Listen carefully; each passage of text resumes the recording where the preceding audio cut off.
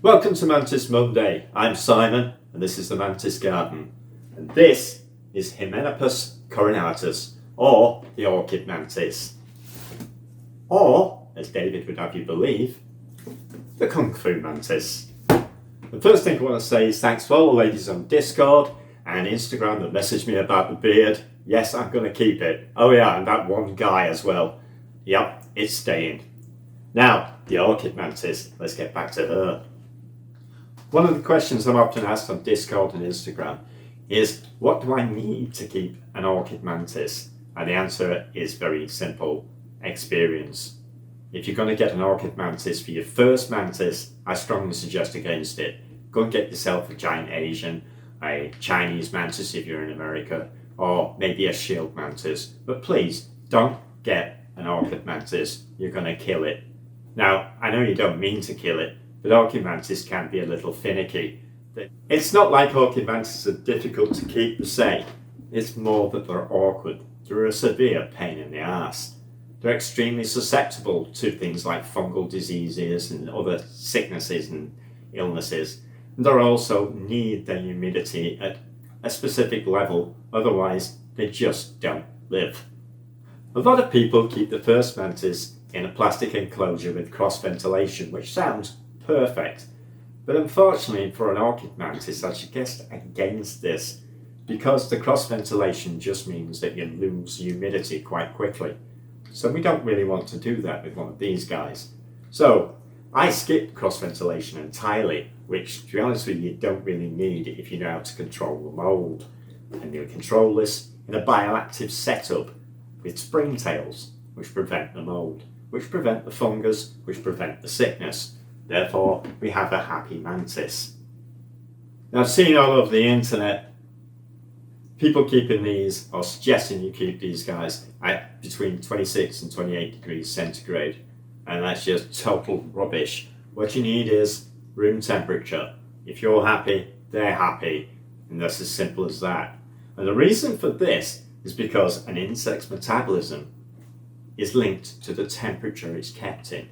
If the temperature is high, the metabolism goes faster, which means it eats more, it grows quicker, it molts quicker, and it reaches adulthood quicker, which means its life cycle goes quicker, and it will eventually die.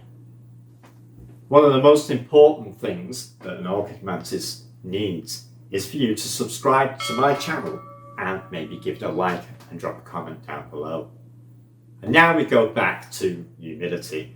We're looking between 60 and high 70s on humidity. So it's a good idea to have a digital hygrometer so you can see what sort of humidity it's getting. These guys will drink off the sides, so when you spray them, and I suggest once or twice a day, obviously depending on your humidity level on your meter, you spray the sides of the enclosure. Never spray the mantis in the face. They can't really cope with it. And when they're very small nymphs, you can actually drown them. So, not a great idea. Add to all the other things that these guys have problems with. You don't want to be soaking them. Now, as for sexing these guys, you can sex them from a very, very early age. Probably around instar 4. Now, the way you sex them is the colour of the collar. Are you getting that? Colour of the collar, colour. Behind their head, they have a collar, which also looks like a bit of a necklace that's back to front. And on the males, this will be a dirty brown colour. On the females, it will be a nice jewel green colour, an emerald colour, just to match the shoes, because Orchid Mantis really are fancy.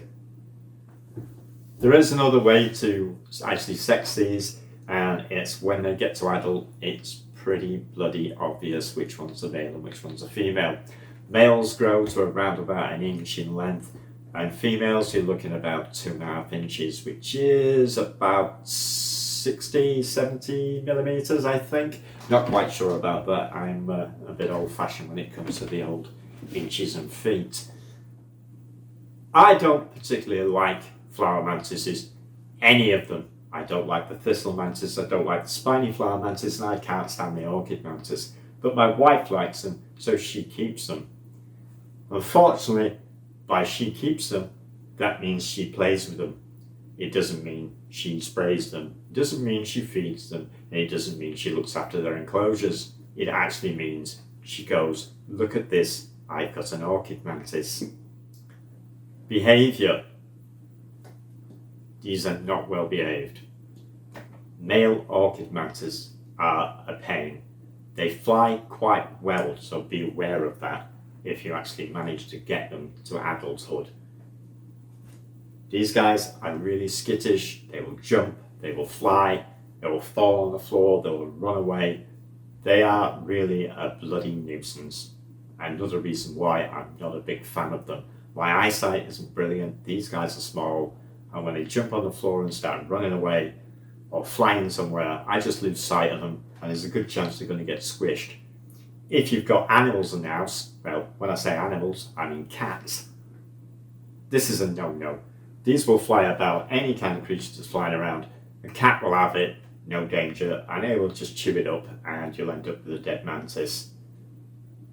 All in all, should you get an orchid mantis? If it's your first one, no, you should not get an orchid mantis. Please do not. If it's your second one, no, don't get one. Third one, no, don't get one. Go out, get yourself another mantis. Big, green, lean, and mean. They're just eating machines. They're the best mantis, not these guys. What I haven't mentioned yet is molting, ecdysis. These guys molt 7 times to get to adult, and what I must warn you is the males molt much faster than the females and get to adulthood much sooner than they do. Now, this can be a problem if you want to pair them up, for instance, if you've got them from the same brood and you've bought a bunch of I3s or I4s and you want them to grow together.